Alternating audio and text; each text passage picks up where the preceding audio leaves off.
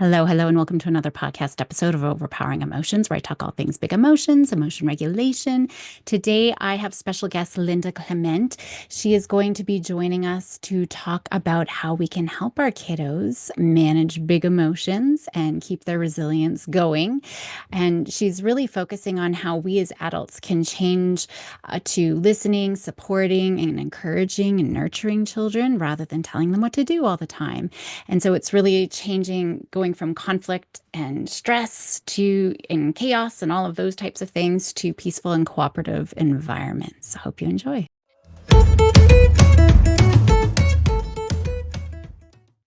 Well, Linda, thank you so much for joining me on the show today. It is absolutely my pleasure. Why don't we start off by having you introduce yourself to everyone listening? I can do that. I am Linda Clement. My role in life these days is to help parents untangle the conflicts and lack of cooperation it seems to be just rampant everywhere and find the underneath of what is actually causing it and what actually solves it, as opposed to the sort of I'll just keep giving you tips and tricks to try and work around your kid's nature. And then when it doesn't work when they're 24, I'll sell you something else. Um, I really like to deal with the fundamentals, and that's actually what I'd like to talk to you about today is a program or a video that I made that is specifically for addressing the hyper reactivity, the tendency to be in our survival brains that's so common in our modern world because we are under so much stress so much of our lives, and how to get out of that and find out that we are actually all really similar. We have deep compassion for each other. We have great perspective. We are very good at discernment. We're really good at understanding ourselves and other people when we're not in our survival brains.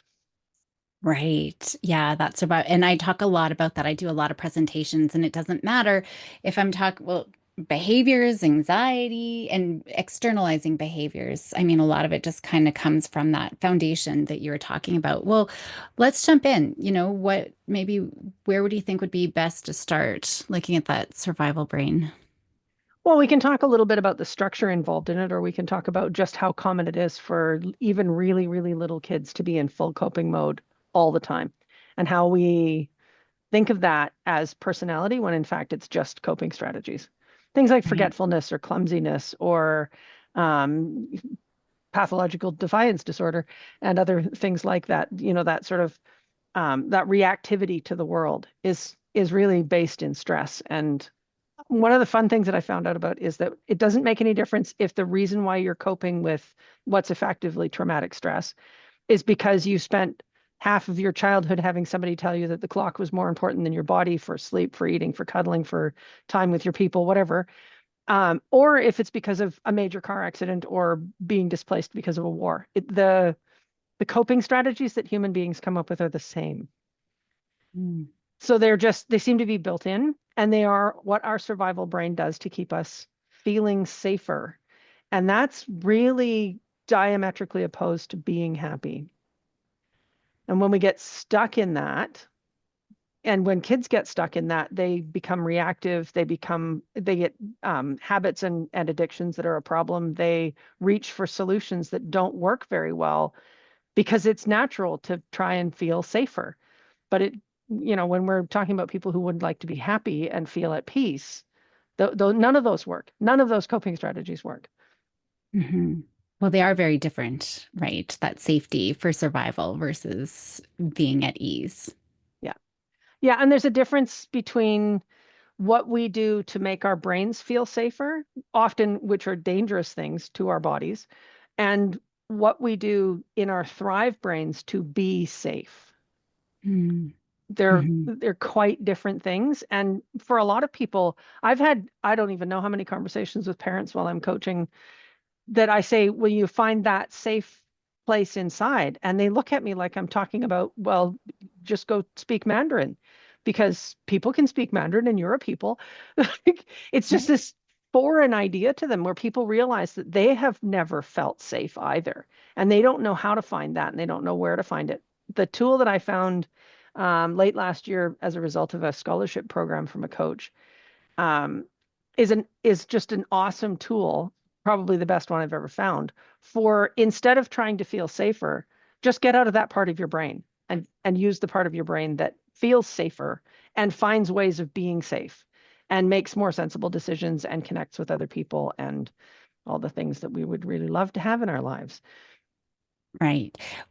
You've pointed on so many different things that I want to comment on, so many different pieces there. I mean, the foreign language piece, and even just some of the, the coping strategies that we think are adaptive in the moment, but truly are not. But now that you've mentioned this tool just to get out of the brain, let's talk about that.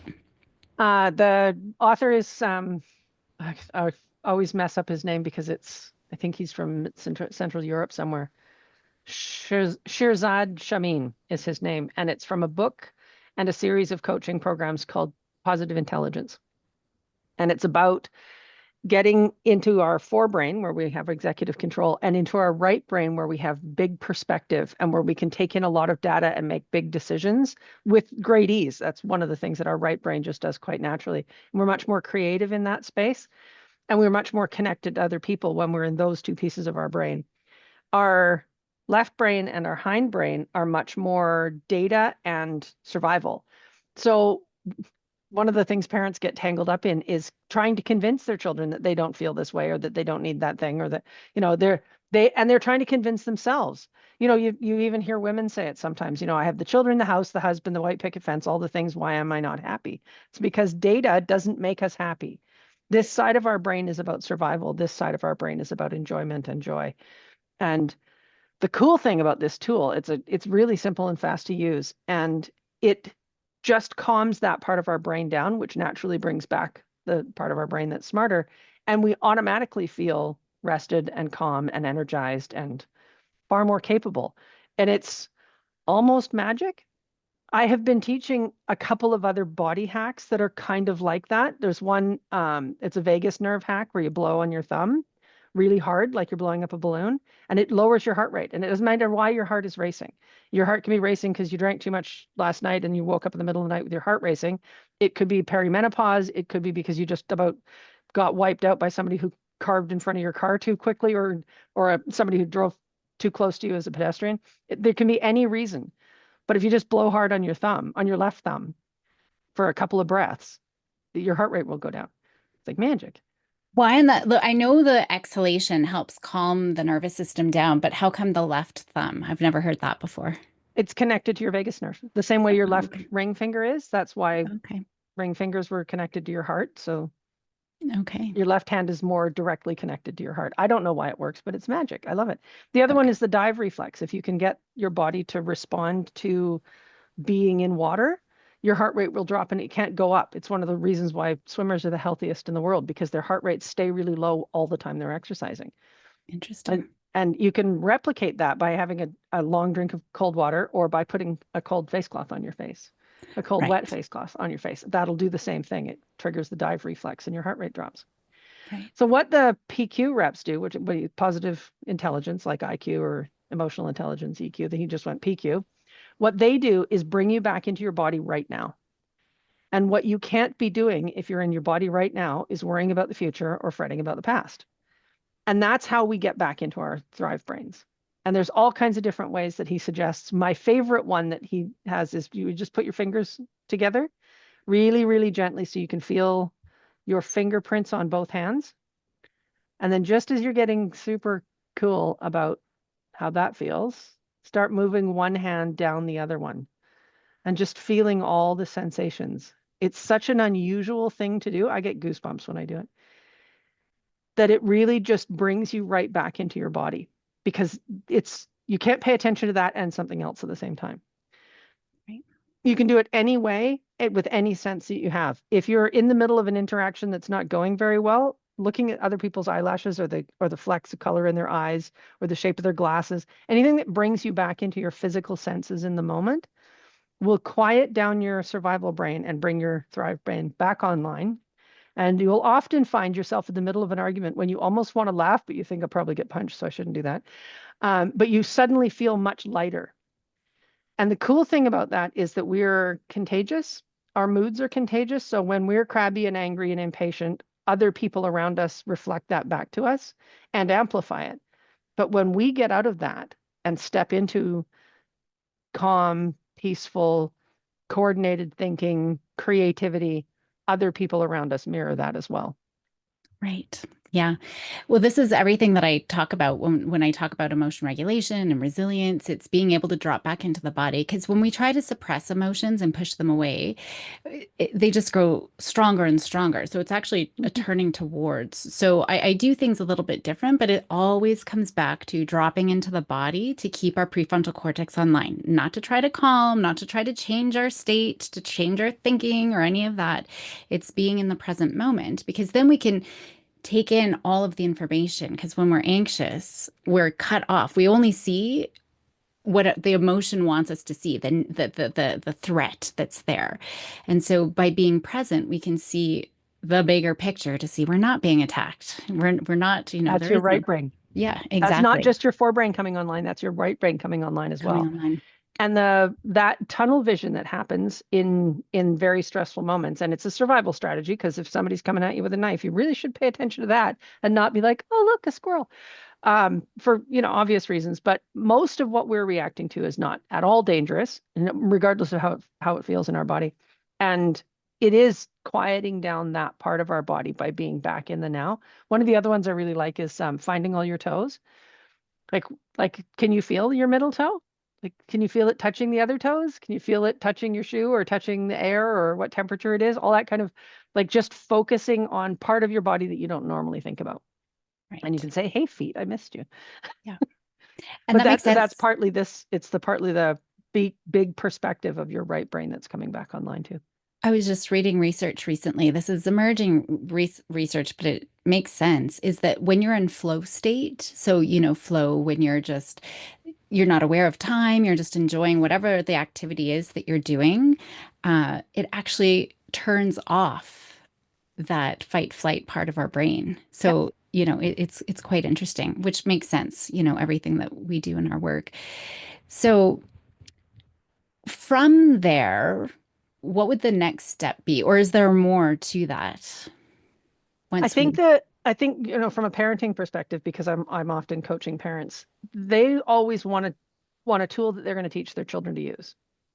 And my point is, you need to get really good at this because you need to get really good at this. We've got much more experience using coping strategies like distracting ourselves from our feelings, like not even noticing that we're becoming anxious. We shift so quickly into something that we deal with that we do to dampen the anxiety. We need to get so much better at being in the now. Little children are automatically in the now.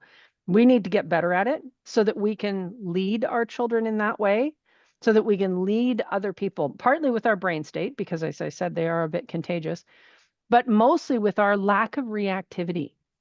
When it doesn't matter if your temper tantrum in front of you is a toddler or a teenager or an adult, when we don't react to it in the pattern of the dance that we grew up learning that they've been reacting to their whole lives, you can start to see that their tantrum or whatever they're having is as much a reflection of our brain state as it was of whatever was really going on. And when we change how we react, they change how they act.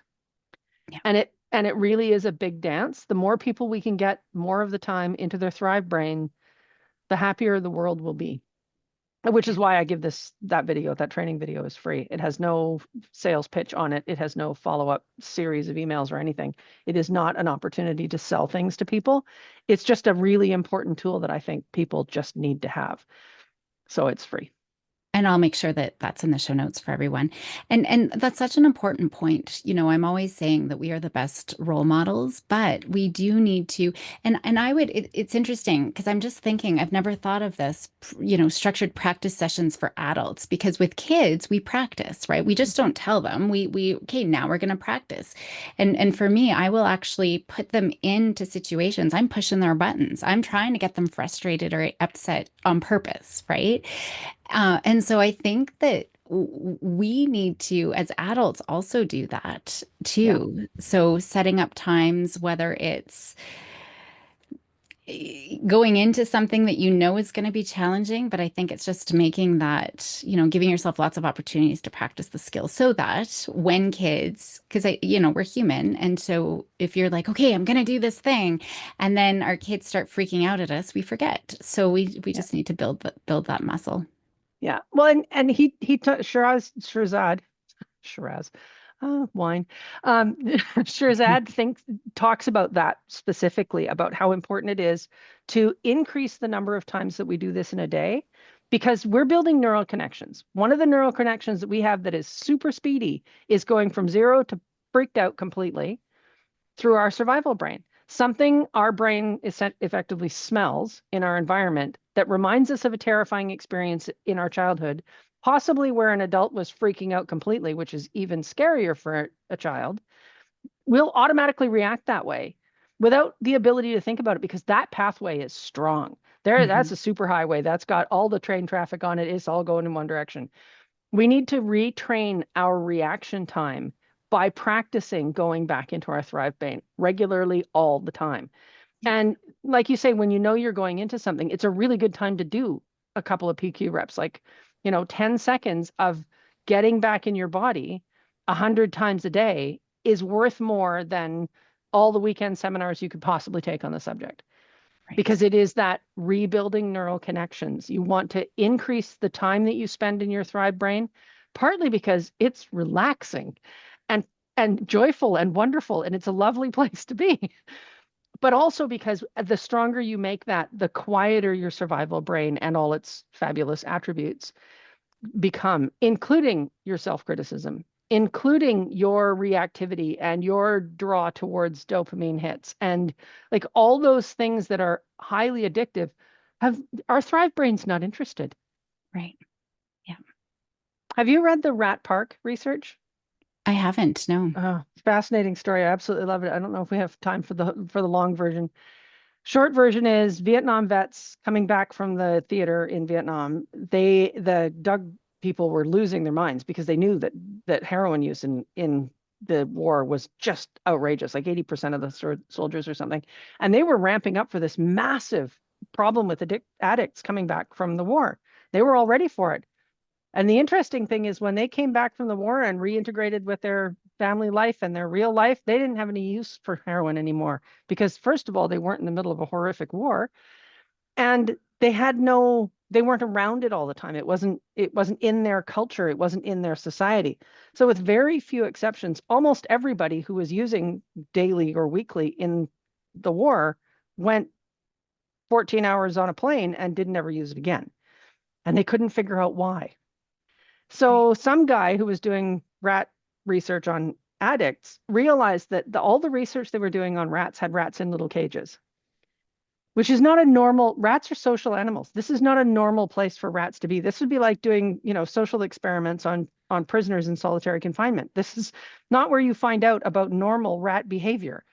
So he designed Rat Park, essentially a great big cage that had activities and socializing and places to hide and stuff to do and things to explore and treats and rewards and all kinds of stuff.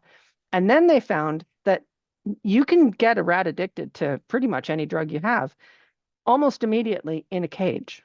But in Rat Park, they couldn't induce the rats to drink the heroin laced water with any amount of sugar. Wow. They wouldn't take it. So the whole idea that it's the substance that's the problem, not the society, not the culture, not the social network, it just got blown. And that alone says, when you're in your Thrive brain and you're feeling safe, all of your addictions will just go away. All of your problematic behavior, all of your struggling to exercise between Christmas and New Year's, like anything that the goals that you're trying to reach, all of the difficulty involved in them just falls away when you're in your Thrive brain, because it is the place of flow. That is where we live in our best lives. We're the most sensible in that part of our life. We're the most capable. We're the most creative.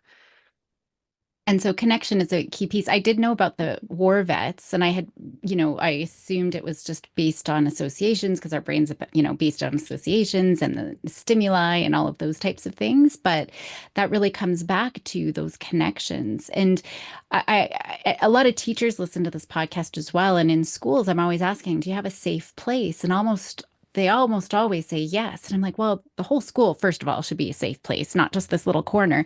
But second of all, we don't run, when we look at other mammals, ground dwelling and mammals will run to a safe place when they're scared. But mammals like apes will run to a person. And so those connections are so important. And Yeah.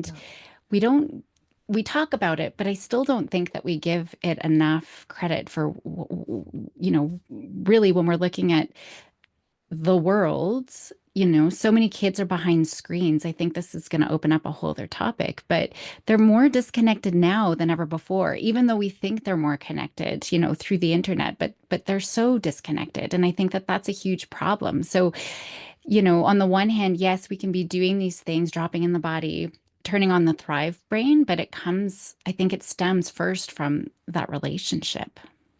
The interesting thing about that, and there's sort of five different directions I could go into this. We could talk about the school system for decades. The interesting thing about that is when you're in your thrive brain, you automatically connect with people. Mhm. Mhm. And and you're right, for herd animals or group animals, social animals like us, we do run to other people in a natural environment. But when you're talking about children being disconnected, the first thing they're disconnected from is people. Because if they're, you know, with their parents and their extended family and their neighborhood throughout their childhood, they have opportunities on a continuous basis to connect. But if they're in daycare and preschool and violin classes and scouts and soccer and blah, blah, blah, blah, and school, and all of those activities, with very rare exceptions, think adults are interchangeable. So they go to daycare for the first year in one room and then they go to a different room, which doesn't mean a different room, it means a different person.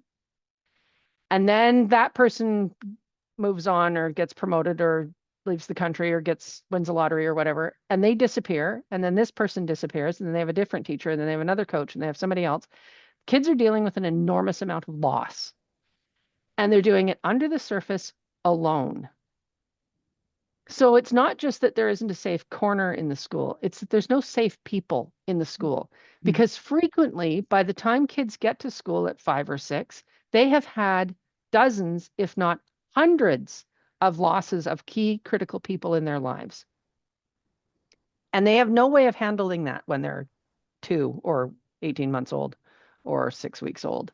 They don't know how to handle it. And because nobody around them is ever talking about their emotional experience, because they're not connecting, because there's 4 babies and one adult, or there's 8 toddlers and one adult, or there's 27 children and one adult, nobody has time to connect. Mhm. And this is a brand new modern situation that we don't have a way of dealing with as human beings. And our children have absolutely no way of dealing with it. And this has changed since I was a kid. When I was a kid, I knew one child ever who was in daycare. And now it's unusual to find a kid who isn't in daycare. Yeah, that's so true. Have you ever read Hunt, Gather, Parent? Oh, yeah. Yeah. So good, so good. Yeah. And I mean, that's a piece, right? It's not a whole village that needs to raise a child, but at least 5 or 6 adults for one child. And And they should be the same ones for a really long time, not and the this same one ones, because you're yeah. one and that one because you're two. Yeah. Like I'm that doing structure alone is a problem. I'm doing a consultation right now with the school, and they've got a kiddo with really disruptive behaviors, but he's in Mhm. foster care, first of all. And second of all, his classroom teacher at the beginning of the year went on sick leave. There was some health. And so it's been substitutes, right? Maybe for a week, but it's been Well, inconsistent. and from a kid's point of view, even without talking about the loss part, from a kid's point of view, in a culture that says strangers are dangerous, Hmm. Yeah. like what's a 5-year-old supposed to do with a totally new unknown to them adult Yeah. weekly or daily. Oh, we're opening up so many cans of worms. There's so many. These are all I often talk about traps that we fall into, right? And you've already listed even at the beginning, at the opening, things like put on your coat, but I'm not cold, right? You need to eat, you You need to have to eat, sleep, you it's need to dinner time. Yeah. You have to sleep, it's bedtime. Yeah. and all the stranger danger, and there's so many traps that we could fall into. We probably need 2 or 3 part series just to go into all of these things. So well, I guess, if we're to take the key takeaway from today, it really is, being able to drop into the body so that we can turn that thrive brain on. Is there anything that parents can think about just or teachers who might be listening or therapists, actually, I have therapists listening as well. Um, Things to think about to help kids learn this skill. Whether it's to help them practice or things to make sure we say or do just to make sure they're really, really engaging. I think I think part of it is it would be great if in general in the school system, instead of worrying about whether or not they know what a B is called and they can recognize it in 4 different fonts and handwriting, it would be more helpful if they could recognize what an emotion feels like. Mhm. So overall, just bringing more emotion language into the world, because that foster kid who's acting out probably doesn't have any idea at all what the word for what he's feeling is. And if he had the word, he might be able to say, oh, hey, total stranger I've never met and don't feel safe with. I'm not feeling safe in this situation. And I find it really frustrating that you're bossing me around and I have no way of saying no. Yeah. If we opened up the conversation about emotions and how they feel in our body and made that a 5 minute piece of every school kid's day, in a generation we would have a completely different situation going on. Absolutely. Because I live in the real world. I know that daycare is an economic reality for the vast majority of parents. That doesn't mean we can't talk about how it's affecting our children with our children. And we need to talk about our anger, our frustration, our sadness, our grief, our loss, our difficulties in order to show our children how to express these emotions in healthier, more mature ways. Because so many kids today, especially foster care and all of that, they're living in what is effectively an emotion-free zone. And there's been some really interesting research into emotion-free zones as it applies to healthcare workers and how much COVID burnt them out because of that expectation. You're not allowed to be afraid. You're not allowed to be grieving. You're not allowed to be angry or frustrated or anything. You're just motion free. You're neck up. You don't have any body. And look at the autoimmune disorders that we have. Yeah. Look at the incredible addiction problem that we have. This is all from divorcing our bodies from our brains. And we need to get back into our bodies on a regular conversational. You seem to be feeling frustrated or annoyed, or you're looking a little bit bored, or you're reacting like you're feeling trapped. Like all that kind of conversation needs to be going on far more frequently around children, so they can say with their own mirror neurons, that's what it looks like on my mom's face when she's mad. Yeah, that feels like mad.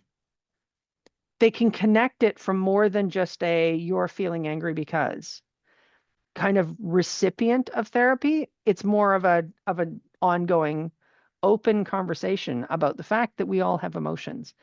And Yeah. the super important takeaway is the resistance to that vulnerability is our survival brain. Yes. Yeah. Absolutely. And I think that's an important point. Even teachers, I'm saying, I don't want your stress to seep out and become contagious to kids, but I want you to share your frustration, your sadness. There was a vice principal once who felt so like a lot of shame because he cried in front of his students one day because his wife was in a car accident, right? And so he didn't know, he just found out she was on her way to the hospital, didn't know and he cried. And I said, "Of course you did." He's like, "But I was so vulnerable in front of the kids." I'm like, "That was fantastic." They That's a need sense of strength. Yeah, and it was funny because he actually works with a lot of quote unquote behavioral kids, and he said it was magical. The boys all came together and they were nurturing, and there's no Mhm. behaviors. But I said we need to show these emotions. We can't let them seep out, like act like everything's okay, because kids are going to pick up on it. Our nervous systems talk to each other. Yeah. But by being able to show your emotion and talk about it, saying, I'm Yep. upset, I'm frustrated, whatever, and this is what I'm going to do, that's showing that emotion regulation, drop into our own body, right? To do that. So, so good Yeah. all around. My sister had a choir teacher, and she told me this story, but I know the teacher, and I that was her all over the house. Her She came to the choir one day to explain why it was she was going to be gone for 6 weeks because my dad died and I have to go to Cincinnati. Oh, They're like, "Are you our Stepford wife? Like, what is this? How divorced from your emotions do you have to be to even be able to do that with your body on your face?" Like, it yeah, was just she said it was so disorienting and all of it was just disconnecting. Like she used to really like being in choir with this lady because she was really good at bringing out powerful emotions in the music. And then all of a sudden she was just this robot who was 150 miles away. right. And then it And makes she kids, probably thought she had to. yeah. And then kids who are seeing adults putting on a smile all the time are probably thinking, what's wrong with me? Why can't I just be happy? Right. Mhm. And that's just Yeah. perpetuated with social media. So, Yeah.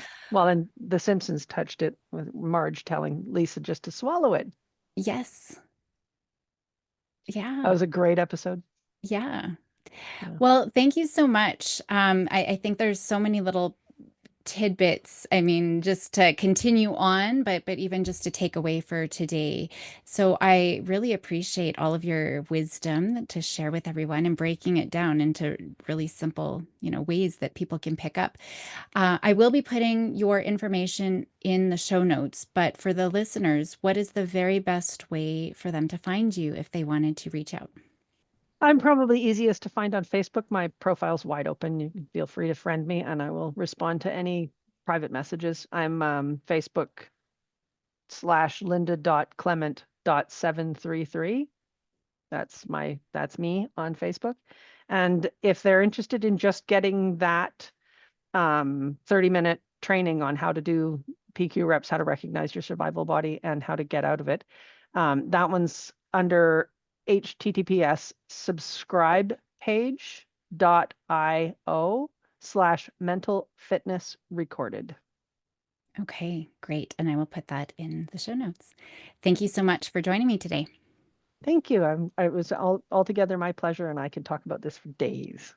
Me too. Yeah. Fascinating.